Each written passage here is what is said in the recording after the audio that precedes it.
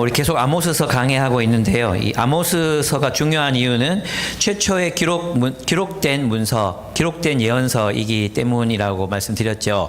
그 말은 뭐냐 하면 모든 예언서들의 원형이 아모스서에 있습니다. 그래서 아모스의 사상이 대선지서 또 소선지서로 계속 흘러가고 있는 그런 모습들을 볼 수 있습니다. 그러니까 이 선지서들에서 이제 말씀하신 하나님의 뜻은 우리가 정의롭고 또 공의롭게 가난한 자들, 약한 자들 돌보면서 살아라. 그것이 그리스도인의 삶이다. 이렇게 이제 가르치고 있다는 것이죠.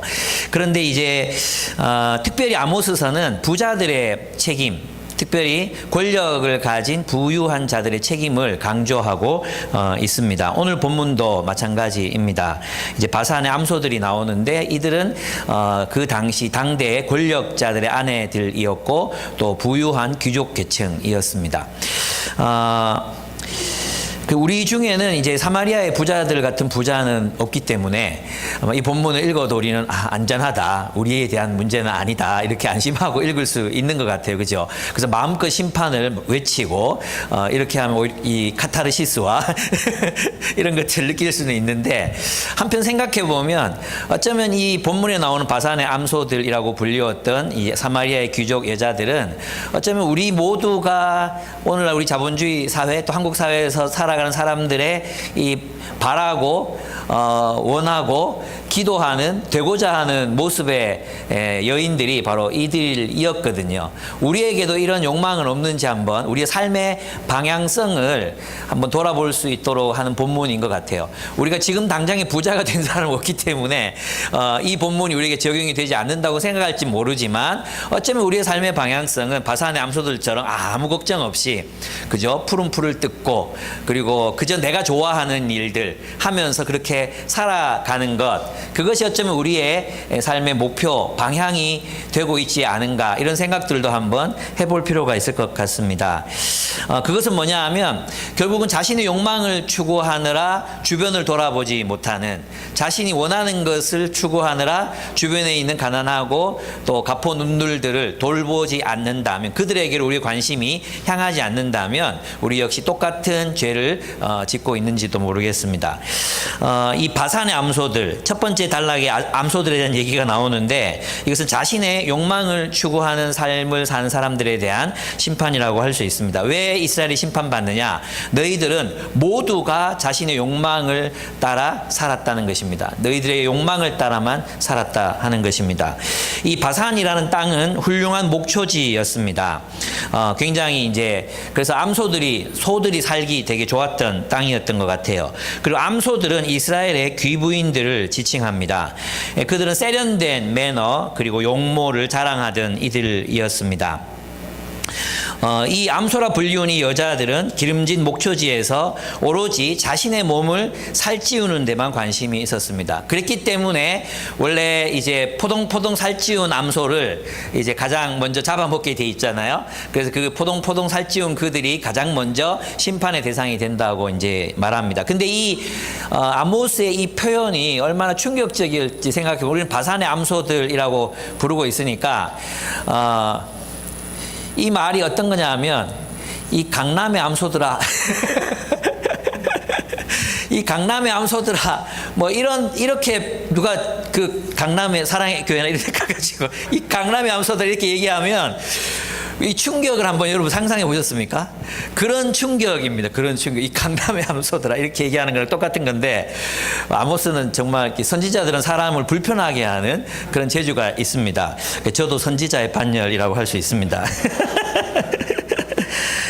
그녀들은 남편의 권력을 이용해서 술을 더 가져오라고 조른다고 표현하고 있는데 결국은 남편을 쫄르면 남편이 뭐 하게 되겠습니까? 이 사람들이 아마도 이제 그 세금을 걷어들이는 권력자들이었던 것 같은데 남편들은 더 이제 걷어 올려야 술을 먹일 수 있잖아요. 근데 오늘날 술은 굉장히 흔해졌지만 옛날 그 근동에서의 술은 굉장히 비싼 종류의 음식이었거든요. 왜냐하면 일반 서민들은 포도주를 잘 마시지 못했대. 너무 고가였기 때문에 잘 마시지 못했고 오늘날 증류되어 있는 이런 포도주는 그때는 되게 보기가 힘들었던 그런 비싼 음료였습니다. 그런데 이 바산의 암소로 불리는 이 여자들이 술을 가져오라고 하는 것은 상징이죠. 그죠? 하나의 메타포, 남녀인데 자신의 쾌락을 위해서 자신이 원하는 어떤 삶을 위해서 남편들을 계속 쫄르고 있는, 그래서 간접적으로 남편을 통해서 자신의 욕망을 채우고자 하는 그런 모습을 이제 이 본문에서 보여주고 있습니다. 자기 손에는 피 안 묻죠. 그러나 남편들의 손에는 피가 묻어야 되는 그런 학대와 압제를 해야지만 이제 거둬 올릴 수 있는 그런 삶을 살았던 사람들이 바로 바산의 암소들이라고 할 수 있습니다. 근데 겉으로 보면 되게 세련됐죠. 남에게 해 끼치지 않는 것 같죠. 그러나 그녀들이 누리고 있는 그 부는 결국은 가난한 사람들을 착취해서 거둬 올린 것이었다는 겁니다. 그래서 그들은 가난한 자들을 학대하였고 궁핍한 자들을 압제하여 부를 축적했습니다. 오로지 자신의 즐거움만을 추구했습니다. 그렇습니다. 우리도 그럴 수 있습니다. 우리도 이기심을 만족시키기 위해 우리의 어떤 자기중심적인 욕망, 그것 내가 좋아하는 것, 그걸 추구하다 보면 계속해서 거기로 나아가다 보면 주변이 보이지 않습니다. 그죠? 또 우리 한국 교회가 이제 저질렀던 그 과오가 무엇이었습니까? 그것은 원래 한국 교회 성도들은 가난했어요. 그죠? 가난한 지역에서 시작했고 또 가난한 사람들이 되게 많았어요. 근데 이분들이 복음을 듣고 굉장히 성실하게 살았잖아요. 그래서 중산층이 됐어요. 함께 부자가 되어갔어요. 그러면서 가난한 사람들을 잊어버린 거죠. 왜냐하면 내 주변에 사는 사람들이 다 중산층 이상이야. 내 주변에 사는 사람들은 다 그런 삶을 살아. 그렇다 보면 다들 이렇게 사는구나. 오히려 내가 이들 가운데서 내가 가난한 사람이구나, 이렇게 생각하고 자신을 그렇게 바라보게 된다는 거예요. 객관적으로 보면 다 중산층인데도 자기를 가난하게 인식하고 살아갈 수밖에 없게 되는 거죠. 혹시라도 우리가 그런 함정에 빠질 수 있다는 것입니다. 뭐냐 하면 내가 원하는 삶, 내가 추구하는 어떤 그런 삶이 있잖아요. 부유한 삶, 또 이렇게 나의 쾌락을 추구하는 삶, 그 삶을 계속 추구해 가다 보면 그렇게 살다 보면 가난한 사람들을 잊어버리게 됩니다. 바로 그것이 심판을 받는 이유라고 설명하고 있습니다. 김상봉 교수가 그런 얘기를 했어요. 고통을 보고 고통에 반응하는 것이 사랑이라고 얘기했거든요. 김상봉 교수는 이제 전라도에 전남대학교인지 전북대학교인지 까먹었는데 전남대학에 계시고 거기서 철학을 가르치는 교수입니다. 영성 없는 진보라는 책을 썼는데 거기에서 뭐라고 말하고 있느냐 하면 고통에 응답하는 것이 사랑이다. 이분 기독교 철학자, 기독교 신앙을 가진 철학자인데 그분이 그렇게 말해요. 고통에 응답하는 것이 사랑이다 하는 것입니다. 그러면 이 바산의 암소들이 심판을 받는 이유가 무엇입니까? 가난한 이들의, 압제받는 이들의 고통에 응답할 줄 몰랐다는 것입니다.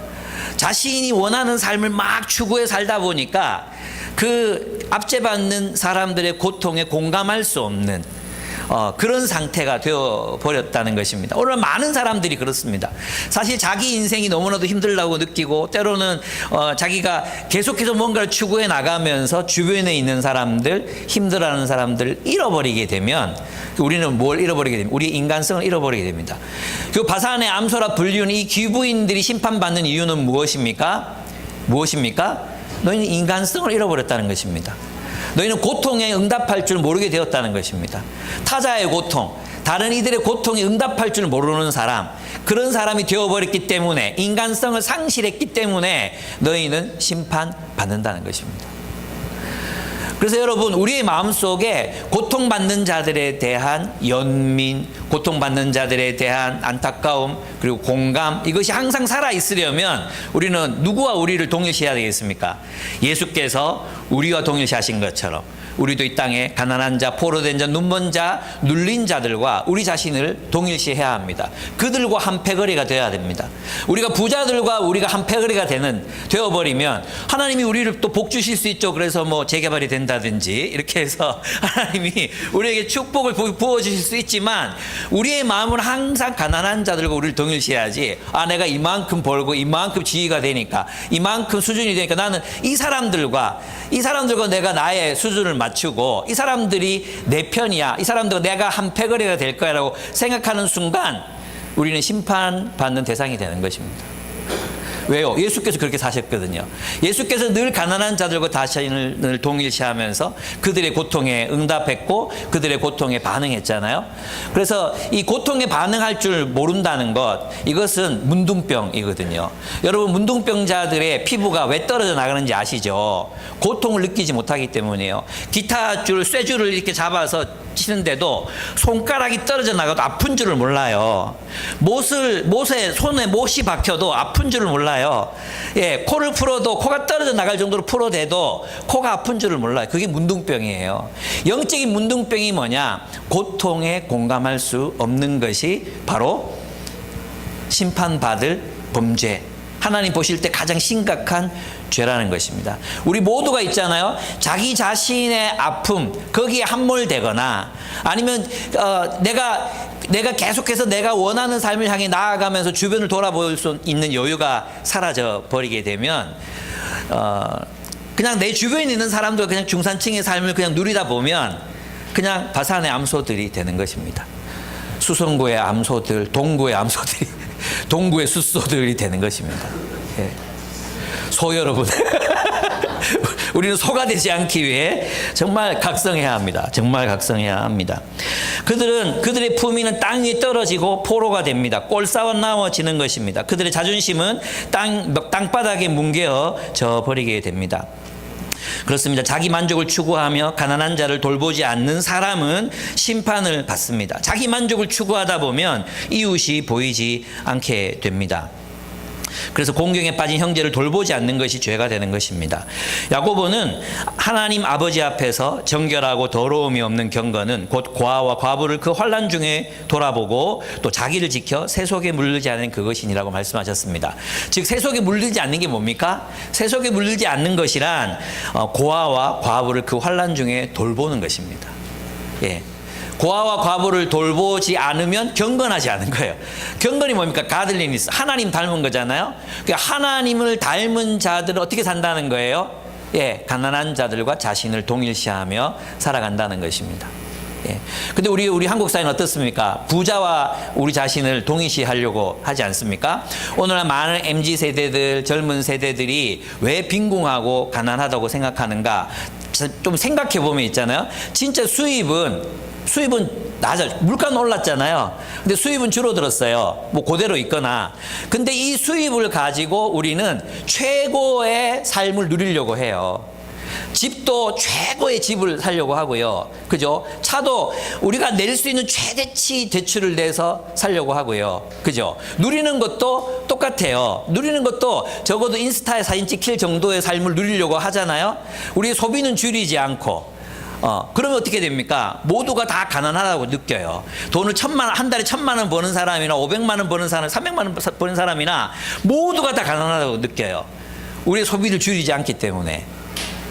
제가 한번 얘기 드린 적 있죠. 예전에 우리 간사 생활할 때, IMF 간사 생활할 때, 뭐 책정된 월급이 있지만 60%, 70%, 많이 받으면 75%, 뭐 45% 받을 때도 많았고, 진짜 가난하게 우리가 지냈단 말이에요. 뭐 한 달에 70만 원, 50만 원, 뭐 정말 애들 뭐 진짜 가난하게 그렇게 살았었는데, 그때 옛날 저 어디 뭐 갈멜산 어디 저쪽에 있는 교회에서 우리가 사역하고 있었을 때였는데 한 부부가 계속 막 너무 힘들다고 막 속으로 나눔할 때마다 울고 그래가지고 진짜 힘든갑다. 그래서 내가 월급은 적었지만 그래도 유명 강사잖아요. 그래가지고 어디 가서 강의하고 이렇게 오면 많이 주실 때가 있어요. 어떨 때는 뭐 100만 원도 주고, 그때 20년 전인데도 100만 원도 주고 막 그럴 때가 있었단 말이에요.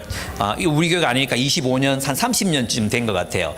예, 그랬는데 그때 와서 이제 100만 원을 만들어 가지고 아내가 진짜 막 열심히 모아 가지고 헌금을 했어. 나중에 이제 쉐어링을 하는데 왜 그렇게 힘든지 알았더니 그때 한 달에 100만 원씩 저축하고 주택 할부금 나가고 뭐 하고 그래가지고 돈이 없다는 거. 그때 우리 들었던 생각이 나 아내는 그런 얘기 안 했는데 제 속에는 돌려달라 해야 되겠다. 아니 우리는 지금 힘들어 죽겠는데 아니 저축한다고 그랬단 말이야. 우리는 정말 이때까지 저축 한 푼 못하고 우리의 소비도 문제가 있었지만 뭐 저축할 돈이 없었어요. 실제로 그렇게 살았는데 와 진짜 막 속상하더라고요. 근데 우리도 혹시 그러고 있지 않는가 생각해 볼 필요가 있습니다. 그래서 진짜 우리의 분수에 맞는 삶을 향유하는 법, 예, 없으면 없는 대로 잘 사는 법, 이런 걸 배워야 되는데 이제 모든 기준이 다 노출되니 모든 사람들이 누리는 게 막 다 노출돼 있으니까 그 정도 먹고 그 정도 호캉스를 하고 그 정도 살아줘야 좀 휴가를 갔다 온 것처럼 생각하는 거야. 옛날에 도시락 싸가고 가고 뭐 없으면 고기 잡아 먹고 막 그러면 되잖아요. 우리 실제로 우리 아버님이랑 휴가 갔을 때 이 어선 들어오는 어선, 그러면 그물에 털은 거 주워다가 막 끓여가지고 일주일 내내 먹고 가서 질려가지고 그런 적도 있었는데 옛날에 없으면 없는 대로 누리고 뭐 이랬잖아요. 근데 우리는 오늘날은 우리의 어떤 소비해야 된다는 기준이 딱 생기니까 거기에 다 맞춰야 좀 살아는 것 같아. 좀 사는 것 같아. 이거 안 버리면 정말 여기서부터 우리가 자유로워지지 않으면 어렵지 않을까 이런 생각이 좀 들었습니다. 그렇습니다. 파리 경제대학 그 세계 불평등 연구소가 있습니다. 불평등 아시죠? 토마 피케티인가 이분이 이제 세우신 피케티는 맞는데 앞에 이름을 잘 모르겠어요. 어떤 그분이 세운 연구소인데요. 2021년 보고한 자료에 따르면 전 세계 상위 10%가 전 세계 부의 76%를 가지고 있습니다. 상위 10%가 76%를 가지고 있어요. 근데 또 이제 하위라 그러니까 좀 웃기잖아요. 근데 인구 절반이 전체 이 부 전체의 2%를 나누어 가지고 있습니다.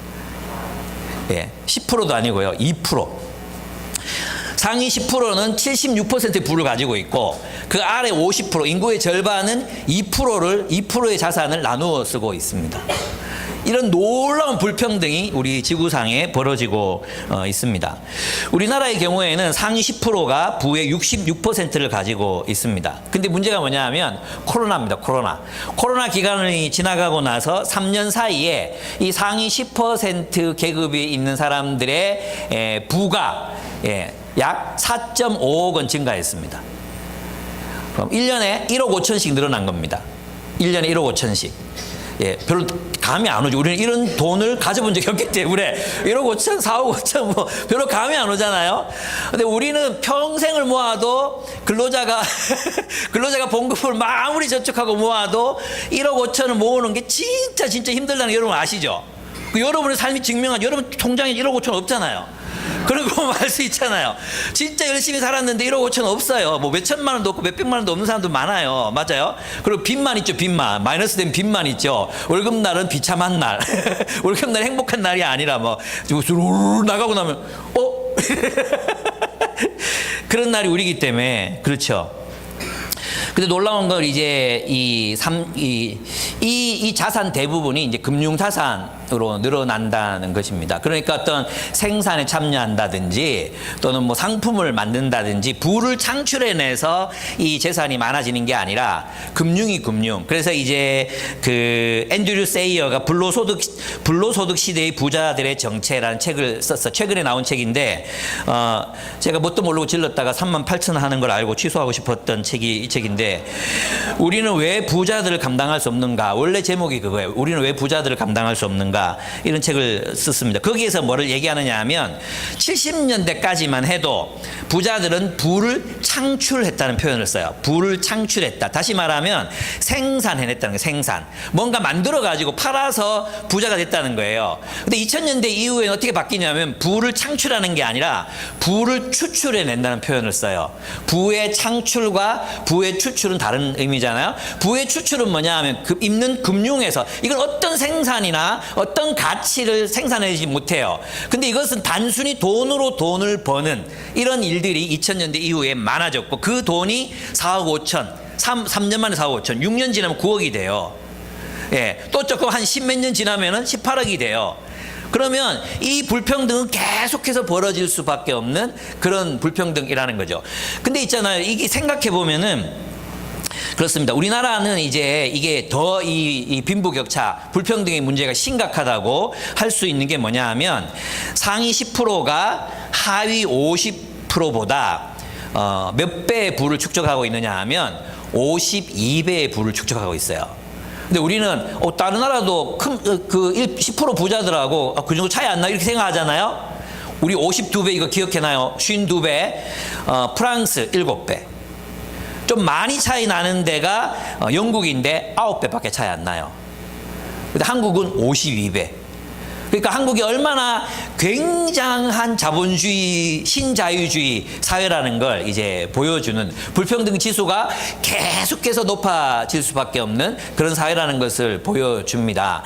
사실 이런 어떤 모습들은 이게 하루 이틀 된 건 아니에요. 맞죠? 막스도 그래서 뭐 어떻게 이야기했습니까? 막스도 결국은 노동자들에게 돌아갈 임금이 돌아가지 않고 그것을 착취한 결과 부자들이 됐잖아요. 그 노동을 착취한 결과. 지금은 어떠냐 하면 지금도 마찬가지. 부자들이 이렇게 부자가 됐잖아요. 근데 가난한 사람들은 더 가난해져서 이 하위 10%는 자산이 줄어들었어요. 그리고 1%, 2% 그 진짜 가난한 사람들은 빚을 더 많이 지고 있는 상황입니다. 그러면 이것이 노력의 결과냐?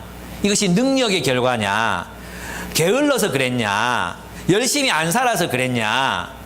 아니라는 것입니다. 이것은 불로소득으로 사람들의 재산이 계속해서 늘어나고 있다는 겁니다. 그래서 여러분 이것을 이제 구별해야 되는데, 노력소득이라는 게 노력소득. 이 노력소득이라는 것은 노동의 근거를 둔 사용 가치를 생산하는 겁니다. 무슨 말인지 알겠죠? 뭘 가르치거나 뭐 요리를 하거나 일을 하거나 그래서 생산해내는 연구를 하거나 그래서 노력소득이 있습니다.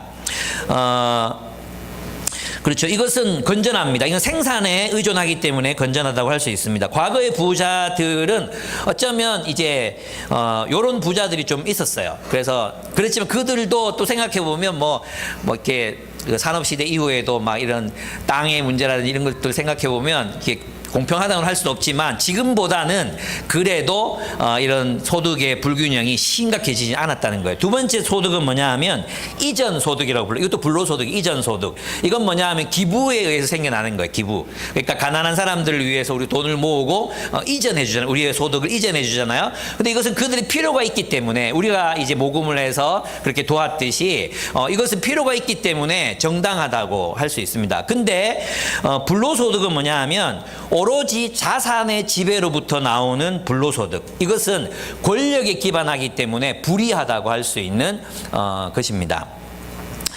주로 여기에는 이제 지대소득, 지대를 통해 사실 이제 부동산 가격이 올라서 차익이 생기는 것은 그 사람이 부동산에 뭔가를 해서가 아니거든요. 뭔가를 생산 가치를 만들어내서가 아니거든요. 그죠? 저절로 그렇게 된 거예요. 인구가 모이고 인구가 집중이 되고 그러다 보니까 지대가 올랐고 그것 때문에 그들은 노력하지 않고도 수억 수십억의 차익을 가질 수 있게 된 거죠. 맞죠? 근데 우리는 건물주가 꿈이잖아요.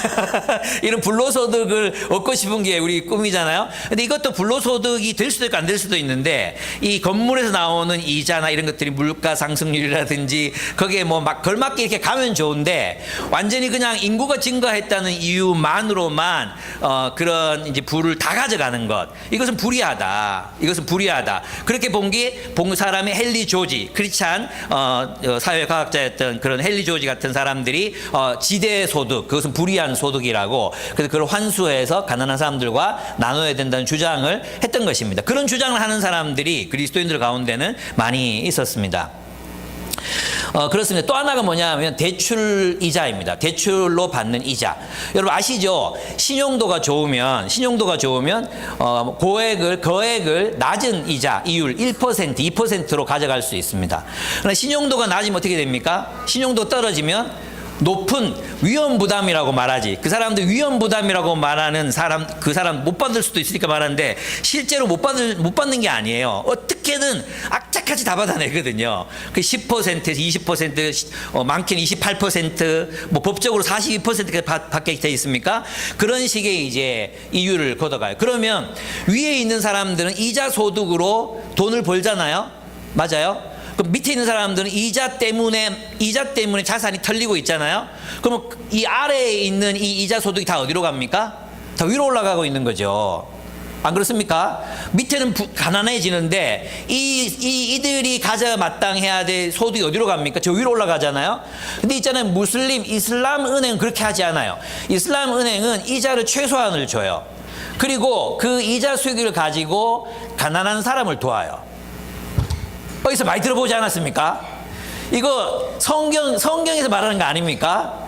있잖아. 원래 기독교는 이자로 먹고 살아가는 것을 금지했거든요. 원래 기독교는 약간의 이자, 고리로 받는 이자에 대해서 반대했거든요.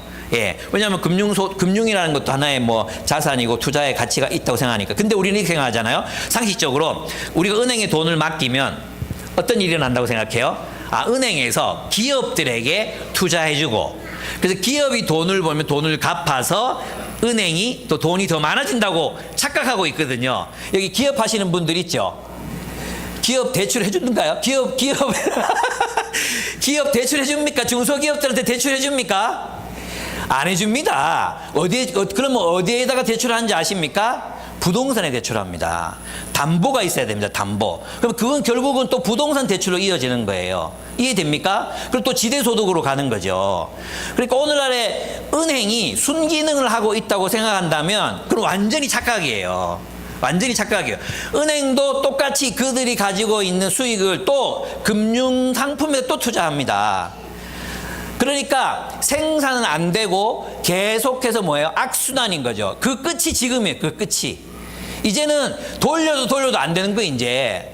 그러니까 세계가 전부 침몰하고 있는 거예요. 그래 막스가 맞았죠. 자본주의에 대해서는 맞았어요. 공산주의에서는 틀렸지만 자본주의의 결말에 대해서는 정확하게 예언했다는 우스갯소리가 들리는 이유가 바로 거기에 있습니다. 이것이 불로소득입니다. 그 다음에 또 하나가 주식입니다. 주식도 불로소득에 속한다고 이야기하고 있습니다. 왜냐하면 주식 투자를 해서 회사가 성장하잖아요. 근데 이 회사가 성장하는 이유는 뭐냐 하면 소비자들이 있기 때문이거든요.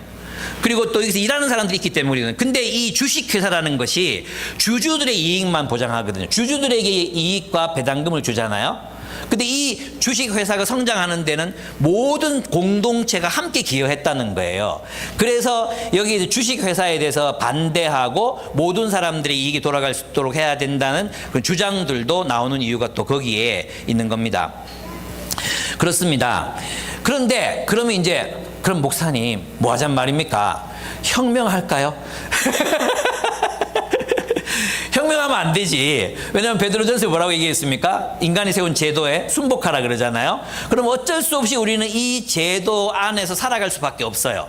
맞죠? 우리 이 제도는 살아갈 수밖에 없다면 이 제도가 가지고 있는 그런 뭐랄까요? 악순환을 끊을 수 있는 사람들이 될 필요는 있겠죠. 또 하나 뭐예요? 이 제도가 불이하다는 사실을 아는 것. 우리의 눈으로 보고 이건 틀렸어라고 말할 수 있는 게 필요하잖아요. 근데 우리가 이 안에서 살다 보면 이미 비정상적인 그런 정말 비정상적이잖아요. 지금도 0.1%의 부자들은 어마어마한 부자가 되고 있거든요. 제가 이제 아까 얘기했던 누구죠? 앤드류 세이어가 쓴 책에 보면은 0.01%의 부를 가진 사람들이 해마다 늘어나는 그 잉여 수익이죠. 잉여 수익. 잉여 수익만 가지고도 전 세계 빈곤한 사람들 3년치를 먹일 수 있대요. 그 0.01%면 몇 명 안 되거든요. 그런데도 어마어마하게 그들은 지금 뭐 앉아서 숨만 쉬어도 돈이 막 들어가고 있어요. 숨만 쉬어도. 돈이 막 늘어나고 있어요. 그죠? 근데 우리는 숨만 쉬어도 지금 돈이 막 나가고 있잖아요. 대출금 막 나가고 있고, 막 이자 막 나가고 있고, 막 숨만 쉬어도 우리는 재산이 줄어들고 있는데, 저 새끼들은, 저 암소들은, 저 숫소들은 계속해서 돈이 늘어나고 있어요. 그러면 이게 우리의 현실이라면, 우리는 어떻게 살아야 되는가? 저는 이제 그래서 그리스도인 부자들이 나올 수 있다면, 그들이 우리 가운데 그런 사람들이 나올 수 있다면 자신을 가난한 사람과 동일시하되 어떻게 하면 가난한 자들과 함께 이 부를 나눌 것인가, 내가 축복의 통로가 될 것인가, 이것을 고민해야 된다. 함께 잘 살 수 있도록 그런 기업도 만들고, 그래서 우리 사회적 기업 이음, 세움 다 그런 목적으로 만들었지 않습니까? 정말 그런 목적이 실현될 수 있도록 모두가 잘 사는, 모두에게 혜택이 가는 그런 삶을 살아갈 필요가 있죠. 저는 그래서 있잖아요. 누구지? 장나라, 배우 중에 장나라 씨, 자기 집도 없잖아. 전세 살면서 뭐 수입 들어오는 대로 다 나눠주잖아요. 하춘화 씨. 수입 들어오는 대로 다 나눠줬어요. 지금 한국에서 가장 기부를 많이 하신 분이 하춘화 씨예요. 하춘화 씨. 예, 그리고 장나라 씨, 이거는 뭐 아이유 비교할 수가 없어. 아이유가 뭐 많이 했다 그러지만 비교 자체가 안 돼요. 비교 자체가 안 되는. 근데 여기서도 굉장히 중요한 부분이 뭐냐하면 그 아까 이게 김상봉 교수가 쓴 영성 없는 진보, 정말 제목 웃기지 않습니까? 진보학자가, 그도 칸트 학자가 영성 없는 진보를 말했어. 물론 그리스도인이 해. 근데 영성 없는 진보를 말하는 이유가 뭐냐면 오늘날의 진보가 영성이 없어졌다는 거예요. 영성이 사라졌다. 그냥 아젠다만 있고 고통에 응답하는 마음이 사라졌다는 거예요. 여기서 김상봉 교수는 그 영성을 뭐라고 표현하느냐 하면 타자의 고통에 참여하는 마음, 그 고통에 응답하는 마음, 사랑이라고 설명하거든요. 저는 그런 굉장히 기독교적인 말이라고 생각해요. 그 마음이 없으면 진보 그 헛개비예요. 우리가 봤지만 운동권적 진보를 위한 진보, 이것은 있잖아요. 아무것도 만들어낼 수가 없어요. 정말 우리가 고통에 응답하는 사람들이 누구였는가 생각해보면 뭐 연예인들 중에도 그렇지만 많은 사람들이 진짜 우리 있죠. 뭐 전태일 씨, 기독교 영성이 없었으면 그렇게 살 수 없죠. 그렇죠? 또 누가 있습니까? 또 마틴 루터 킹. 영성이 기반이 됐었거든요. 하나님과의 관계, 그 사랑이라는 그 절대 강령, 그것 때문에 그 살 수 있었잖아요. 마찬가지예요. 지금도 보면 왜 그 13명 그 언니 남보라 씨. 예, 남보라 보면 난 너무 예뻐 죽겠어요. 이 남보라를 보면 얘는 진짜 신앙인이야. 그리고 이제 연예인이 되고 출세하고 돈 많이 벌 수 있는 기회들이 있었잖아요. 근데 이 친구가 자기가 벌어들인 수입으로 뭘 만든지 아십니까? 사회적 기업을 만들었어요. 사회적 기업을 만들고 장애인들 고용하고, 예, 그런 기업을 만들었어요. 뿐만 아니라 이분이 이제 요새 드라마도 잘 못 나오고 저는 뭐 먹고 살지 나는 약간 걱정이 돼가지고 기도도 하고, 하나님 장나라 제 남보라는 잘 돼야 된다고 내가 기도도 하고 그런 친구인데, 이 친구가 최근에 1년 동안 진짜 돈을 열심히 벌어가지고 스타리아를 샀어. 스타리아를 사가지고 보육원에도 기증한 거야. 그러면서 있잖아요, 자기가 왜 나누는 삶을 사는지에 대해서 방송에 나와서 막 얘기해요. 그리고 그것을 왜 공개하는지에 대해서 설명도 해요. 너무 멋지지 않습니까? 자기처럼 사는 사람이 많았으면 좋겠대요. 정말 멋지지 않습니까? 예, 영성 없는 진보는 결국 메마른 진보가 될 수밖에 없거든요. 그건 구호를 외치고 또 막 이렇게 죽창질을 해야 되는 그런 진보가 될 수밖에 없다면, 영성을 가슴에 품은 진보, 우리 정말 기독교 신앙을 가지고 가난한 자들을 위해서 살고자 하는 고통에 응답하는 마음, 예수 그리스도의 십자가에 우리가 공감할 수 있다면 우리 가난한 사람들이 공감할 수 있거든요. 그 예수를 따라서 사는 삶이야말로 이 세상의 진정한 변화를 일으킬 수 있는 힘이 됩니다. 그래서 저는 여러분들 존경합니다. 우리 사실 전세 사기 피해자 돕는다고 여러분 갖고 있는 적금도 헐고 마이너스 통장도 내고 또 뭐 여행 가려고 했던 거 포기하고 뭐 그렇게 해서 다 헌금하셔가지고 어제 장가 갔습니다. 어제 장가 갔고요. 깜짝 놀랐습니다. 거기서 이제 제일 그 신랑 입장 이러는데 저 뒤에서 나로 뒤에를 계속 이렇게 보고 있는데 앞문이 확 열리더니 꽃가루가 막 떨어지고 막 만세 부르고 있더라고 막 이렇게. 여러분 요새 결혼식은 정말 이해가 잘 안 돼요.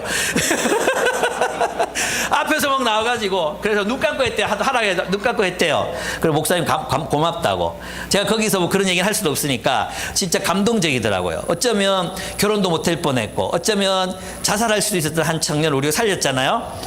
얼마나 놀라운 일이 일어났습니까? 근데 그거 끝나자마자 또 우리가 도와야 될 사람들이 생겼잖아요. 근데 여러분이 군말 안 하고 또 정말 마음에는 여러 가지 생각들이 드셨겠지만 또 헌금하고 이렇게 해서 우리가 목표했던 금액들을 다 보내드릴 수 있었습니다. 여러분 정말 존경하고 정말 사랑합니다. 예, 여러분들이 넉넉한 가운데 여유가 있어서 헌금한 게 아니라는 걸 제가 알고 있습니다. 예, 나도 살고 있잖아요. 생활인이다, 생활인 알아요. 근데 여러분 그렇게 살았어요. 앞으로도 그렇게 사실 거예요. 그죠? 여기서 약간 자신이 없어지지? 그 마음 어떤 건지 다 알아요. 저는 여러분이 너무 정말 자랑스럽고 사랑스럽고 그래요. 우리 이렇게 살 수 있는 이유가 뭐죠? 미쳤다고 우리가 그렇게 삽니까? 왜 미쳤죠? 우리 예수한테 미쳤죠. 우리의 영성이 있기 때문에, 영성. 하나님과의 관계, 고통에 응답할 줄 아는 마음. 얼마나 힘들겠노. 대신 욕해주고 대신 싸워주고, 예, 얼마나 어렵겠나. 사모님 그렇게 평생 동안 이렇게 필리핀에서 그렇게 애쓰며 사시다가 암이 걸려서 사기라면 그 마음이 어떻겠나. 다 그런 마음이 우리의 마음을 움직인 거 아니겠습니까? 저는 그런 삶이 우리가 계속 지향해 가야 되는 삶이라고 저는 생각합니다. 우리 교회 있잖아요. 정말 신기하게도 있잖아요. 한국 사회 모든 이슈가 우리 교회에 이게 다 이렇게 집약돼 있었어요. 전세 사기 피해 청년이 있었죠. 성폭행 당한 사람들 저 교회 분들 여기서 위로 예배 드렸거든요. 난리 났어요, 난리. 막 울고 막 끌어안고 막 위로하고 그리고 막 연습도 했어요. 그 사람을 만나면 어떻게 대응해야 될지, 이 개새끼야, 욕도 하고, 막 자리 깔깔거려서 막 웃고 막 회복되는 걸, 그 피해자들이 수십 년 동안 성추행을 당한 그분들이 막 웃고 회복되고 이런 걸 봤어요. 예. 또 우리 외국인이 또 한국인한테 또 당해가지고 또 하여튼 우리 교회가 이 대한민국의 모든 문제가 집약돼 있고, 근데 그것을 또 하나님 말씀으로 해결해 갔어요. 저는 정말 너무너무 감사해요. 예. 그래서 우리 어저의 목사님께 말씀드리고 싶은 게, 네팔 가면 이런 교회를 꼭 세워달라. 아멘? 예. 이런 교회 꼭 세워주셨으면 좋겠어요. 예. 그렇습니다. 그것이 우리가 추구해야 되는 삶의 방향이라고 할 수 있습니다. 그래서 여러분, 내 마음에 고통의 연민을 느끼고 그 고통에 참여하고자 하는 마음, 이런 마음이 사라지고 있다면 우리가 우리의 인간성을 상실하고 있는 거잖아요. 돌아보셔야 돼요. 내 마음에 고통받는 자들에 대한 연민, 그것이 나에게 있는가? 고통받는 자들에 대한 뜨거운 마음이 내 안에 여전히 살아있고, 어떻게든 빚을 내서라도 어떻게든 해보고 싶은 마음이 내게 있는가? 그게 살아있는 게 교회라고 할 수 있습니다. 두 번째, 하나님은 자기중심적 예배를 심판하십니다. 삶이 결여된 예배죠. 오늘 본문에 보면 너희는 베델로 몰려가서 죄를 지어라, 길갈로 들어가서 더욱더 죄를 지어라, 이렇게 이야기합니다. 여러분, 베델은 어떤 곳입니까? 야곱이 돌베개, 그죠? 아시죠? 돌베개 쌓고 하나님 여기 계시는구나. 그리고 하나님 뭐라고 약속하셨어요? 내가 너와 동행하겠다. 내가 너를 복주겠다. 너를 생육하고 번성하겠다. 축복을 약속하셨던 장소가 베델이에요. 길갈은 어떤 곳입니까? 요단강 건너와서 하나님이 우리를 구원하셨다. 그분이 우리와 함께 하시기 때문에 이 땅을 우리가 차지할 것이다. 이런 약속을 받았던 곳이 베델과 길갈이었습니다. 하나님이 함께 하셨다. 하나님이 동행하셨다. 그 증표를 가진 장소, 그 표징들이 있는 장소가 베델과 길갈이었습니다. 그러면 이스라엘 백성들은 왜 이곳으로 가고 있을까요? 왜 이곳을 순례했을까요? 하나님 나와 함께 해주십시오, 이거예요. 그죠? 왜 길갈로, 왜 베델로 갔습니까? 하나님 나와 동행해 주십시오. 하나님 저를 축복해 주십시오. 한마디로 말하면 예배 드리러 갔습니다. 예배 드리러. 근데 뭐라고 하나님 말씀하십니까? 예배 드려라. 너희는 죄를 짓기 위해서 예배를 드리는구나. 예배 드리러 가는 그것이 나를 예배하는 게 아니라 죄를 지으려고 예배 드리러 가는구나. 그리고 하나님이 어떤 예배를 그렇게 범죄라고 보시는지 아십니까? 축복을 구하고 자신의 유익을 구하지만 하나님의 뜻과 상관없는 예배. 즉 하나님의 정의와 공의를 이루는 일에는 관심 없는 예배, 가난한 자들의 고통의 신음소리에는 귀를 닫는 예배, 그 예배는 매년 드려진다 할지라도 범죄다. 너 또 예배 드리러 오냐? 또 죄 지으러 오는구나. 예배를 드릴수록 죄가 쌓이는 것입니다.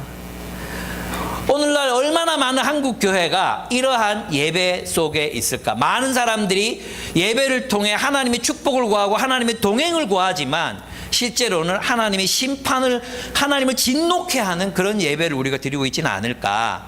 그런 생각이 들더라고요. 예. 어떤 예배입니까? 하나님의 말씀에 대한 순종은 없고 하나님의 축복만을 구하는 예배.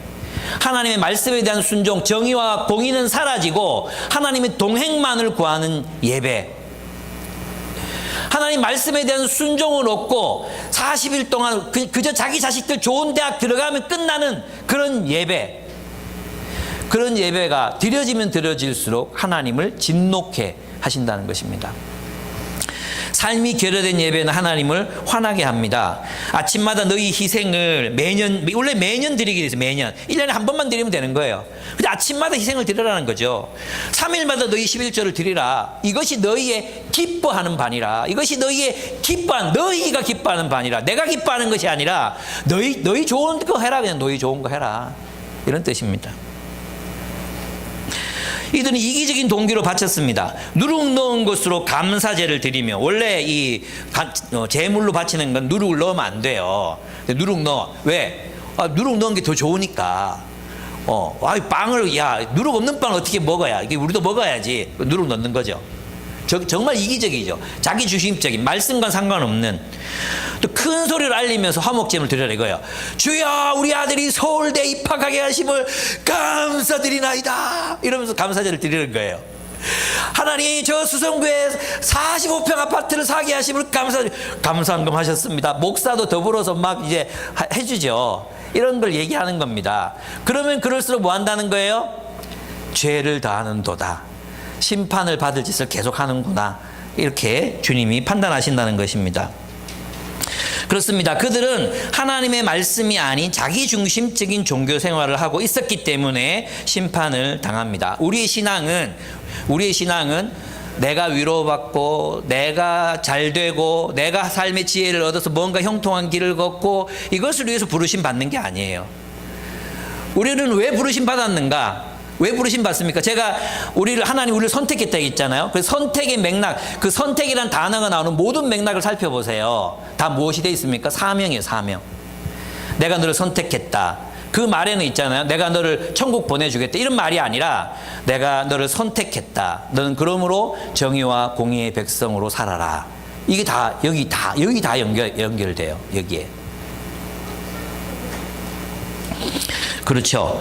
그러니까 우리는 그렇습니다. 말씀 없는 예배, 말씀에 대한 순종이 없는 예배, 말씀의 원뜻을 알고자 하는 그런 예배, 그 말씀이 없는 예배는 모두 심판의 대상이다.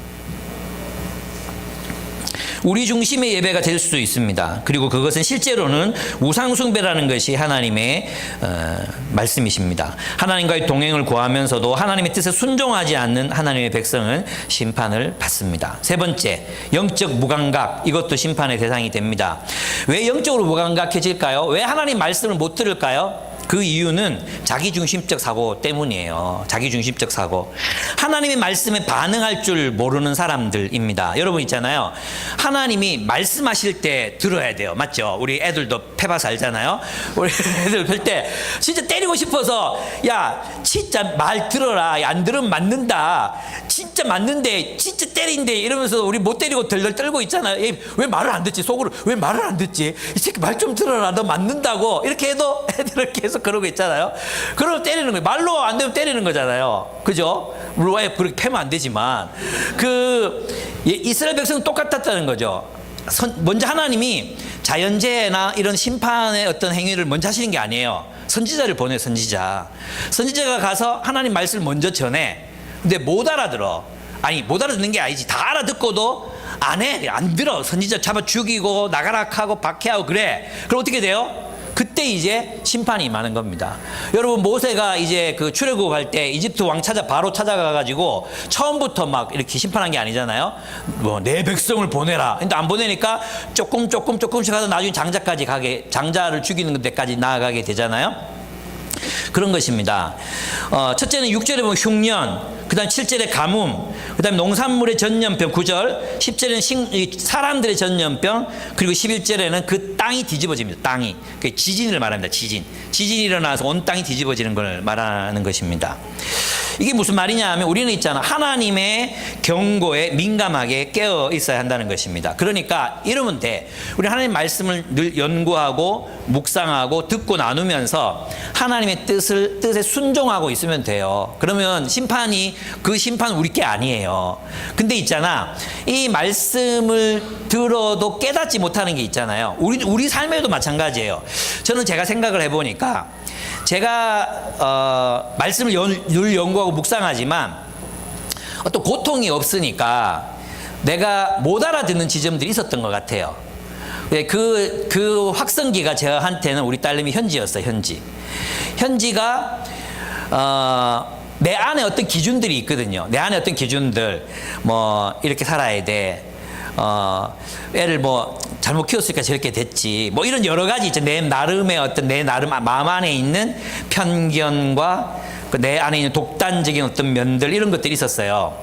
근데 우리 딸내미가 나한테 그렇게 저항하고 반항하고 안 그랬으면 저는 원수의 입장에 서보는 걸 한 번도 해보지 않았을 것 같아요.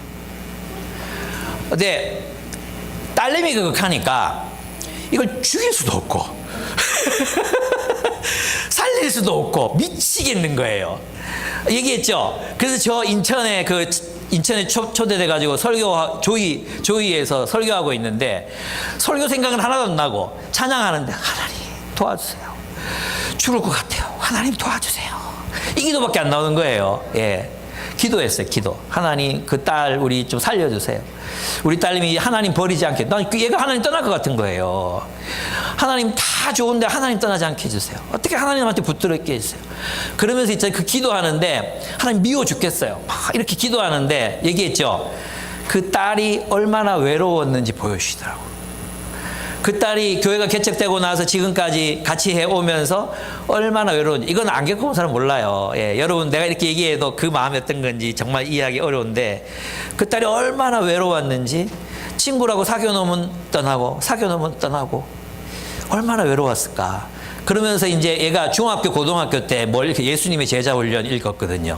학생 리더라고 예수님의 제자 훈련 이거 읽고 아이들하고 그렇게 해야 된다고 생각하고 막 이렇게 했단 말이에요. 근데 교회를 나가겠다고 하니까 와 정말 미치겠더라고요. 그런데 이 딸아이의 마음이 고스란히 느껴지면서 내가 정말 잘못했구나. 그래서 이제 딸의 편에 서는 법을 배웠어요. 그래서 원수의 편에 서는 법을 배웠죠. 그 딸이 회복이 되더라고요. 제가 깜짝 놀랐어요. 나 그러면 딸을 잃을 줄 알았거든요. 내가 편 들어주면. 근데 내가 변하더라고요. 내가. 여러분 제가 이거 어떤 의미로 얘기하느냐 하면 우리 인격에 우리가 말씀을 그렇게 많이 묵상하고 연구하고 듣고 나눠도 우리 안에 있는 블라인드 에리어가 있잖아요. 블라인드 에리어. 안 보이는 맹점. 안 보여. 그거는 계속 똑같은 문제로 우리에게 나타나요. 반복돼서 나타나요. 그러면 그걸 캐치해야 돼. 있죠. 이 단적이 있는데 꼭 형제를 사귀어도 나쁜 남자만 사귀는 자매들이 있어요. 있죠. 여러분 보셨죠? 못 봤나? 예. 여러분 그래서 지금 이 사람들하고 결혼한 거 아닙니까? 꼭 사귀어도 자기를 해롭게 할 사람만 선택해서 사귀는 사람이 있어요. 그래서 있잖아 실패해서 그러면 기회가 싶어가지고 만나가지고 네 다음에는 절대 이런 선택하지 말고 내한테 꼭 물어보고 해라 그렇게 얘기하거든요. 다음에 만나면 또 똑같은 놈 만나. 또 똑같은 고생 또 하고 있는 거예요. 똑같은 고생을. 그러니까 여러분에게 있잖아 반복되는 문제들이 있어요. 반복되는 문제들. 사람들이 자꾸 얘기하고 있는 문제들이 있어요. 그러면 적어도 거기에 대해서 하나님이 나에게 왜 이런 메시지를 사람들을 통해서 상황을 통해서 내게 들려주시는가 진짜 고민해 봐야 돼요. 그거 안 들으면 어떻게 되는가? 결국 끝도 없이 가게 돼요. 못 돌아와요. 못 돌아오는 지점까지 갈 수 있다니까요. 그래서 여러분 이건 진짜 여러분에게 반복되는 어려움, 결핍, 그리고 또 똑같은 어떤 사람은 그렇잖아요. 어떤 문제가 생겨. 그럼 90% 이상 사람들이 자기가 전에 실패했던 방법을 또 반복해요. 또 그래 다시는 이런 거 안 겪고 싶다 이렇게 말하면서도 있잖아요. 똑같은 문제가 생기면 또 옛날에 실패했던 방법을 그대로 열심히 이제 더 열심히 막 반복해요. 안 바뀌어요. 상황이 달라지지 않아요. 더 나빠져요. 그럴 때는 하나님께서 내가 다른 길을 가라고 하시는구나. 사람의 말에 귀를 기울여야 돼요. 예, 저도 마찬가지예요. 제게도 그런 맹점이 있거든요. 예, 저도 그래서 문제가 생기면 저를 안 그런 것 같지만 저 굉장히 저를 돌아봅니다. 돌아보고 생각하고 또 생각하고 그래 합니다. 그래서 이 정도 왔어요. 여러분이 저를 존경하고 사랑하는 이유가 뭡니까? 제가 완벽해서가 아니잖아요. 맞죠? 근데 우리 목사님 그래도 적어도 변화하시는 분이다. 그래서 여러분 나와 함께 하고 있는 거 아닙니까? 아니었습니까? 제가 완벽해서였습니까? 근데 이걸 나한테만 요구하지 말고 우리 모두가 좀 그랬으면 좋겠어요. 똑같은 문제가 반복되고 있는데 왜 그걸 못 보냐는 거죠. 똑같은 문제를 다른 사람들이 또 얘기하고 있는데 왜 그걸 못 보고 계속해서 똑같이 넘어지고 똑같이 일어나고 똑같이 시도하고 똑같이 넘어지고 그러지 말자. 이스라엘이 그랬잖아요. 이스라엘이 똑같은 문제로 하나님이 계속해서 뭔가를 말씀하시는데도 깨닫지 못하고 그냥 계속 반복적인 삶을 사는 거. 이제 이건 끊자. 이제 제발 좀 끊자. 하나님이 진짜 때리기 전에 정말 옛날에는 너무 그래가지고 그죠? 뭐 교통상 내가 하나님 앞에 무슨 죄를 지었나? 11조 빼먹었나? 큰일 났다. 이 너무 그래도 문제지만 우리는 또 너무 안 그래. 그래서 여러분이 가다가 예를 들어 뭐 하늘에서 새가 똥을 여러분 머리에 쌌다. 그러면은 적어도 한 번쯤은 내가 너무 교만했나? 요 정도는 생각해야 돼. 요 정도는 그냥 우연의 일치로 까마귀 새끼가 저 새끼 잡아먹어버리려면 막 이렇게만 생각하지 말고 뭐라도 뭐 한 번이라도 내가 뭔가 교만했나? 이 생각 정도로 할 수 있잖아요. 안 그렇습니까? 그래서 이제 너무 그렇게 가는 것도 난 미신이지만 너무 그렇게 안 가는 것도 잘못이니까 하나님께서 나에게 왜 이 결핍이 반복되게 하실까? 특별히 이런 문제들이 반복되게 하실까? 거기에는 하나님이 내가 바꾸라고 하는 지점은 없나?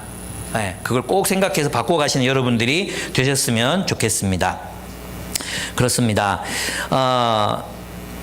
말씀으로 깨닫지 못할 때 우리 삶에 지속적으로 반복적으로 어떤 문제가 일어난다면 하나님께서 우리에게 무언가를 깨닫게 하시는 것일 수 있으니 그 말에 귀를 기울이시기 바랍니다. 12절을 보시겠습니다. 12절을 보시면 너는 너의 하나님을 만날 준비를 하여라 이렇게 얘기해요. 여러분 이스라엘 백성의 길갈로 베델로 또 날마다 매 이 제사를 드렸던 이유가 뭐라고 했어요? 하나님 만나고 싶었어. 이들 진심이 있어. 진심.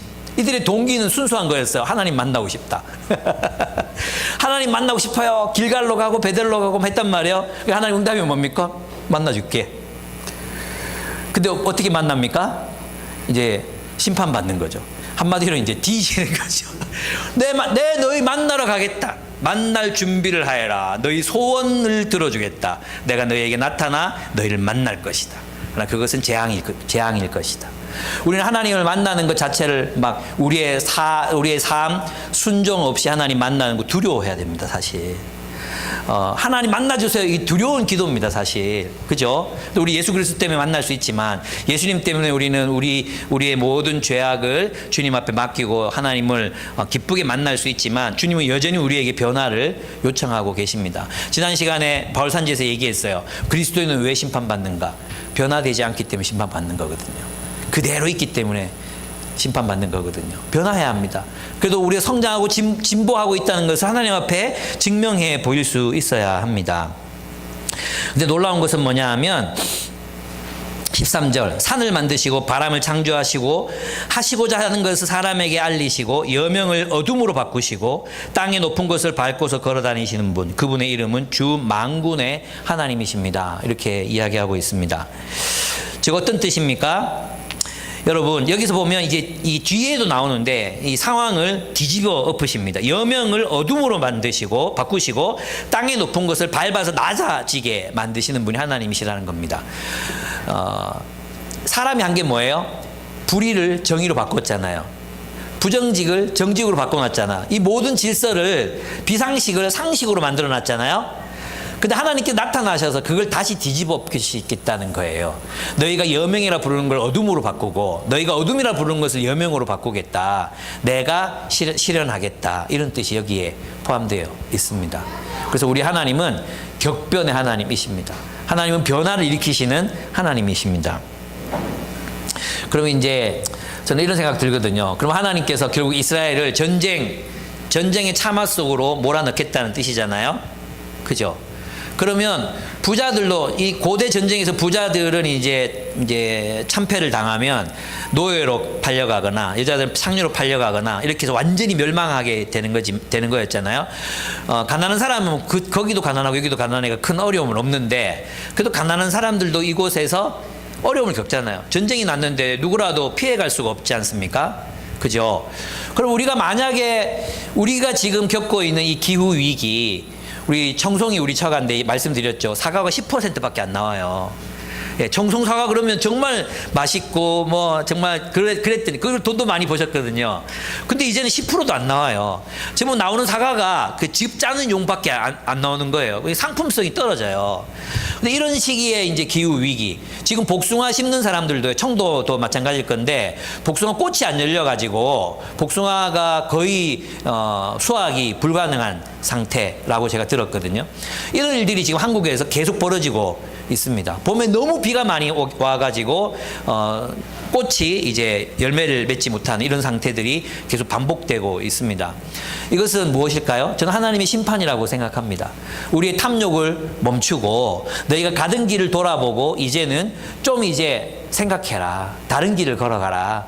아마 하나님께서 우리에게 요청하고 계시는 거 아닌가 이런 생각이 들어요. 그러면 이런 식량의 위기가 오고 어려움이 경제적인 어려움이 오고 이러면 우리 모두가 힘들잖아요. 부자들만 힘든 게 아니야. 그죠? 그럼 어떤 자세로 우리가 살아야 될까요? 그게 하박국에 나와요.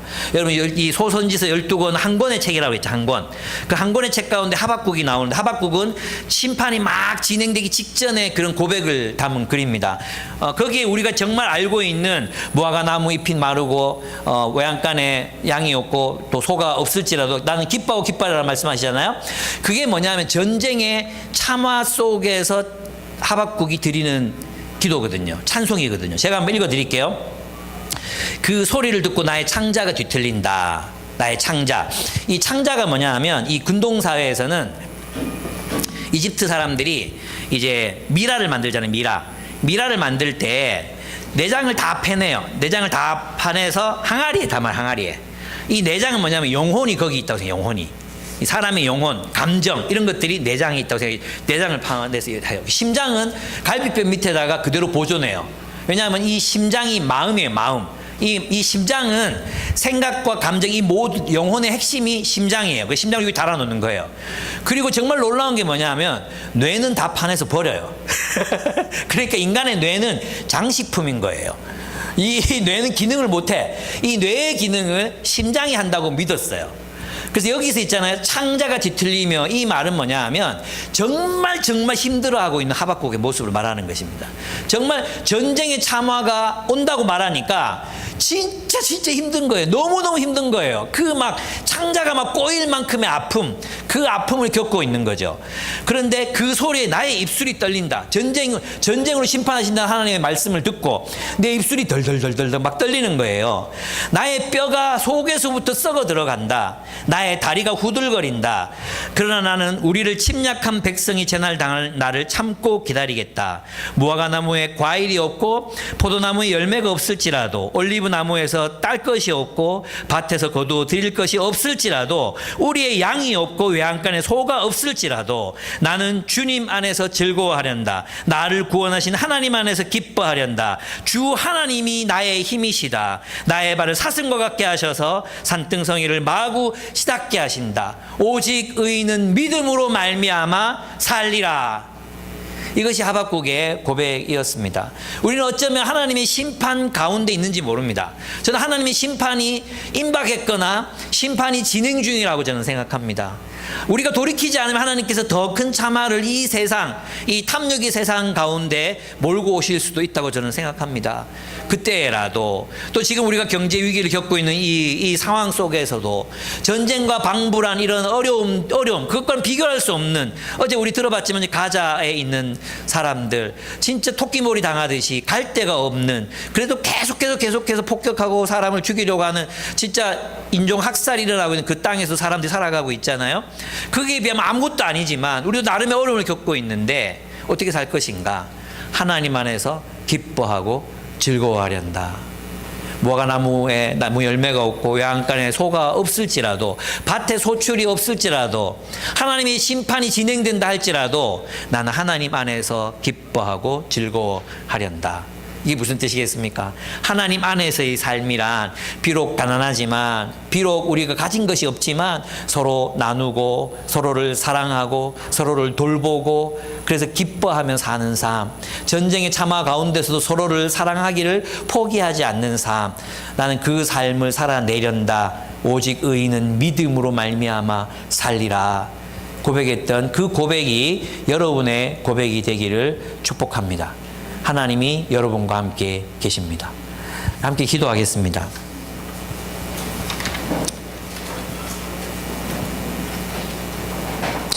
네, 우리 약간 바리새인들의 기도를 좀 드리려고 하는데요. 하나님, 우리를 부자로 태어나지 않게 해주셔서 감사합니다. 하나님, 우리가 가난한 자의 아픔에 가난한 자의 고통에 동참할 수 있게 해주셔서 감사합니다. 우리 교회가 걸어온 길을 생각할 때 하나님, 우리가 비록 부족했지만 그들의 고통을 외면하지 않게 해주셔서 참 감사합니다. 더욱더 그렇게 살고 싶습니다. 주님, 우리 교회가 이 영성을 잃어버리지 않게 해주십시오. 고통에 반응하는 영성, 고통에 응답하는 그 사랑을 잃어버리지 않게 해주시고 이 사랑이 지속되어 가게 해주십시오. 우리 그렇게 기도했으면 좋겠고요. 또 하나님께서 여러분에게 계속해서 말씀하고 계시는데 하나님 말씀에 순종하지 않고 자꾸만 여러분의 방법과 계획대로 살아가고 있는 모습들이 있다면, 그래서 계속 반복적으로 실패하고 있는 부분들이 있다면